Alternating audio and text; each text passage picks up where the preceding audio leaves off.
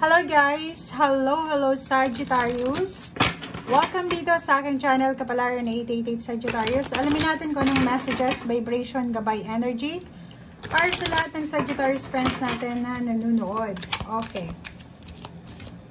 Ano ba ang messages, vibration, gabay? Sagittarius. Oops. Okay. First three cards natin dito, practice.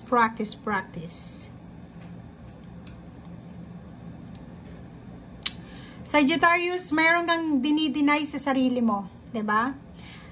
Sinasabi ng baraha dito na kailangan mong maging honest sa sarili mo sa last 2 weeks ng March.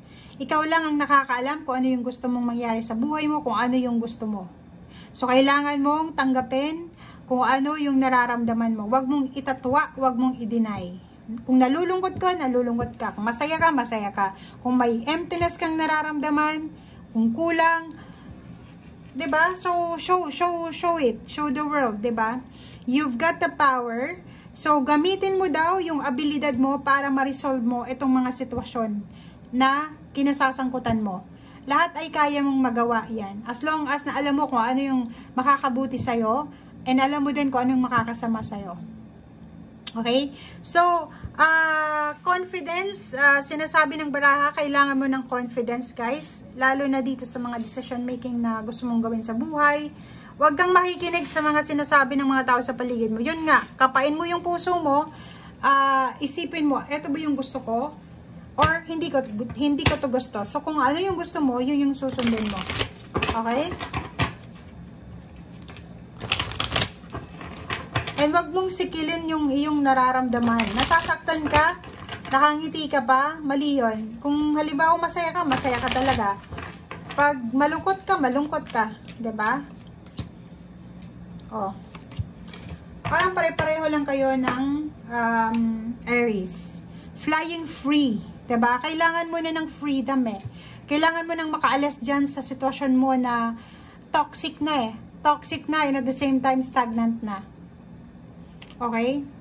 So, dito sa barang to, itong dalawa, posibleng makatanggap ka ng mga messages, signs, symbols, synchronicities, or like for example, sorry pero may mga Sagittarius dito na in denial kayo. For example, nararamdaman mong hindi ka na mahal ng karelasyon mo, pero kahit nare-reveal na siya ng universe, parang pinapakita na sa'yo na etong taong ito is niloloko ka lang, in denial ka, tinatanggap mo pa rin. Pero, may iba din sa inyo dito na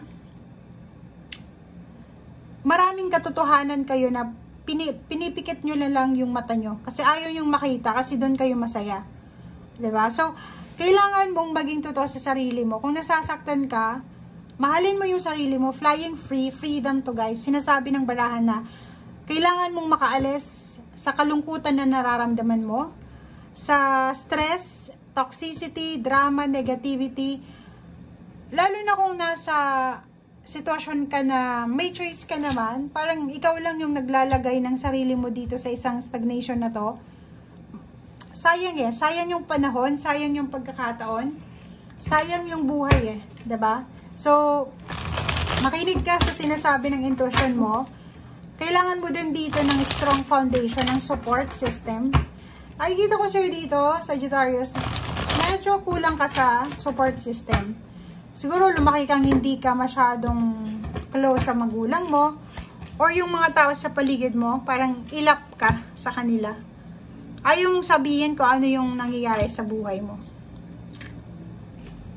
'Di ba? Tingnan mo.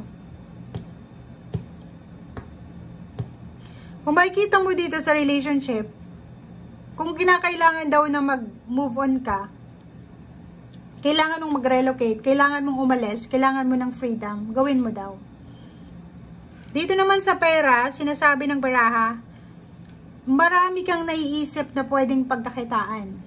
Marami kang inspiration, ideas, or alam mo kung saan ka papunta, 'di ba? Alam mo din sa sarili mo na kaya mo may kakayahan ka. Pero yun na nga, merong iba sa inyo dito na in denial kayo, 'di ba?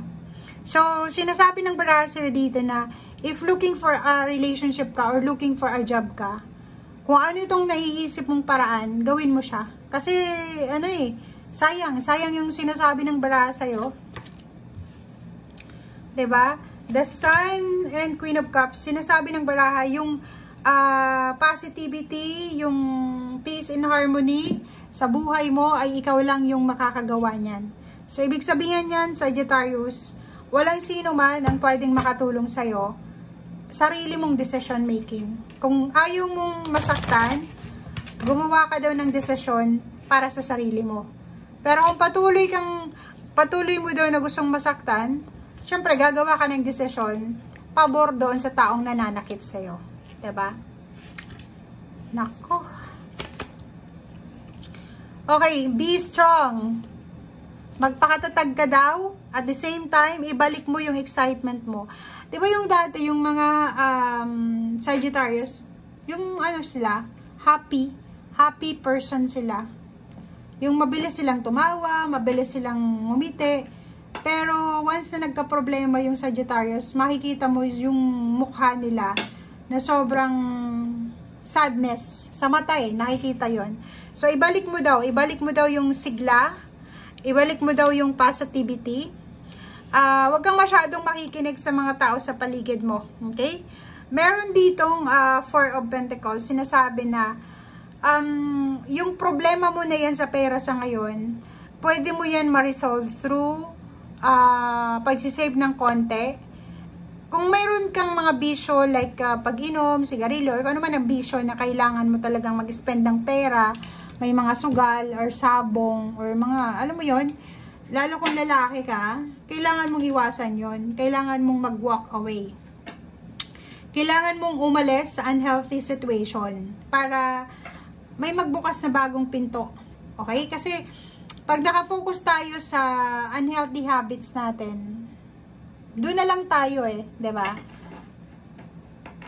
May mga tao na nagsusugal, kung ano man ang bisyo nila, tapos yung